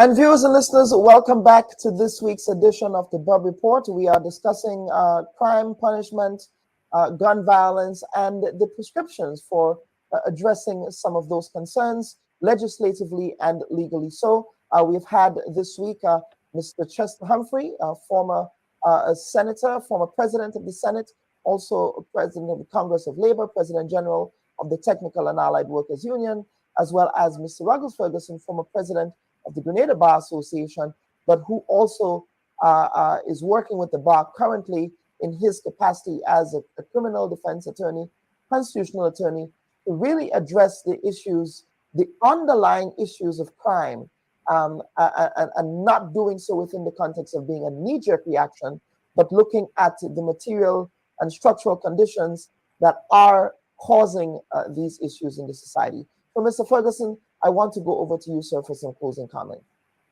Yes, well, briefly, I know my friend means well, but he just has the wrong archaic, knee-jerk kind of reaction to crime. And crime, 10 years from now, I anticipate that he will be saying the same thing. And we don't have any fundamental change in society. We need to get to the root causes of crime. If we strengthen our security forces and the particular arms of the state to address crime, we'll find a fundamental difference. It is important. It's important because we don't have all the answers. The policy makers don't have the answers. If we agree that crime is a public health emergency, we need to involve the public in the solution to crime. And you will find many unique recommendations, as I found in the meeting in Barbados that gave rise to the Needham's Declaration. And I'm an advocate now for the Needham's Declaration, that every member of parliament should read that declaration arising from Barbados. We don't need to reinvent the wheel. The police are able to tell us best the problems the challenges they're facing. The prison officers, the challenges they're facing. Have we had any discussions with them when we talking about prescriptions?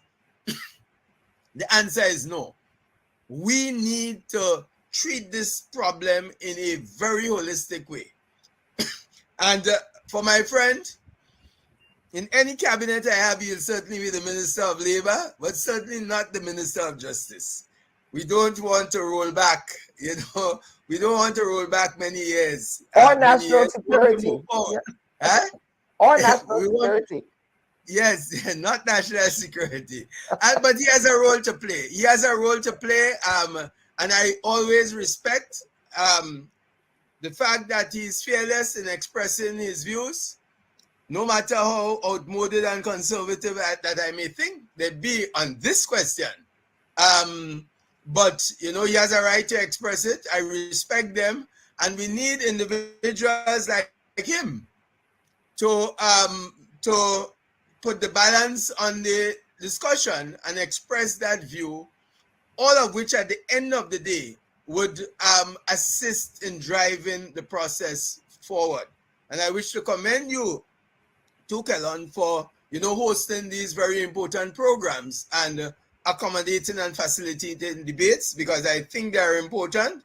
But look out for the peace initiative, as is described, driven by the Bar Association, involving the churches, the business community, the trade union movement, all of civil society and experts.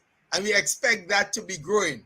And we'll also do work in schools and communities. We'll do work among the same gang leaders or perceived gang leaders. We have to have a multifaceted approach to the problem. Not wait until a crime is committed and then we talk about impose minimum mandatory sentences on them and no bail. But continue, my friend, your own advocacy. I think the more you advocate, the more I am convinced that I'm on the right track. That your position is the correct one. Yes, Mr. Humphrey, yes, over to you, sir, for some closing comments. All right. Just to say again that all of the prescriptions of Mr. Ferguson I agree with. There's no divergence of views on those prescriptions. Where we diverge is that his prescriptions are totally inadequate, given the nature and character of the crimes that we're seeing now. And so that's point number one. Point number two, I believe, and I fervently so and deeply so, that the government is on the right track on this one. I think they've placed the foot in the right direction. There are other steps to be taken. And along that path, into that toolkit must come the restoration of the death penalty for crimes of the nature of what we have seen recently. Because, as I repeat, there is a low-intensity civil war unfolding, driven by the macroeconomy that is penetrating and that has penetrated the state, the depth of which I don't know. The police will have much more information than I could ever hope to have. But I can see, I can compare, because Trinidad is not at where it is now. It was not there 50 years ago. Jamaica is not there, right? And this has not been alarmist. This has not been knee-jerk. This is what is necessary if we are going to save the peace and order of our country and the ability of our country to be able to provide fair, progressive opportunities for its young citizens, right? Another mistake we are about to make, and I hold that view on something we probably could discuss. This so-called decriminalization of marijuana is a step in the wrong direction. Sorry I had to enter this at the end, but again, you speak to the police, and I speak to many of them. We are going down a dangerous, slippery road, right? And the results of which will not be good for the state and the society of Grenada as we know it. And that's all I will wish to say of these closing remarks, that in this period of time, unless the state recognizes that we are at war and introduces the measures that it has introduced in the amendments to the Gun Control Act, or whichever act was just recently amended, and to recognize that this is just the first step in a series of more measures that need to be taken in order to curb this, we are going to be in deep, deep, deep, deep trouble. And we are already there. Up a particular creek without a paddle. I can't say that this program is being broadcast on television. So, but gentlemen, thank you so much for appearing on the Bubb Report this week. As Mr. Ferguson articulated, public education is extremely important, and we should not be having those conversations only when there is an upsurge in crime, but we should be having those conversations perennially in respect of these issues. So again, Mr. Humphrey, Mr. Ferguson, thank you for continuing to do the important work you do around public education. I think it is very important in respect of framing issues that animate conversations in the national community. So gentlemen, thank you for being on the Bubb Report this week. Viewers and listeners, Mr. Chester Humphrey and Mr. Ruggles Ferguson, they were here this week to discuss Grenada's Firearms Amendment Act of 2024, and of course, other issues relating to crime in the society. Both gentlemen have very divergent views, although there were points of agreement on the best approaches that need to be taken in respect of addressing and arresting the issues of upsurge in gun violence and criminality in the Grenadian society, otherwise known reputationally as having a reputation of peace, tranquility, and safety, and that reputation perhaps maybe being looked at by some as being impacted as a result of what we have been seeing in the society. Viewers and listeners, this has been another edition of the Bubb Report. I'm your humble host, Dr. Kellen Bubb, wishing everyone a pleasant week ahead. Take care now. Bye-bye. Grenada, it's time to recognize the outstanding individuals who make our nation proud. The National Awards Advisory Committee invites the general public to nominate a deserving Grenadian for a prestigious national award. The National Honors and Awards celebrate the people who have shown excellence and dedication to Grenada's development. You can nominate anyone you think is deserving of an award. Recognition includes the Companion of the Order of Grenada, the Order of Grenada Gold Award for Excellence, the Spice Isle Award, the Camahorn Award, the Medal of Honor, and the Most Distinguished Order of the Nation, Order of Knighthood.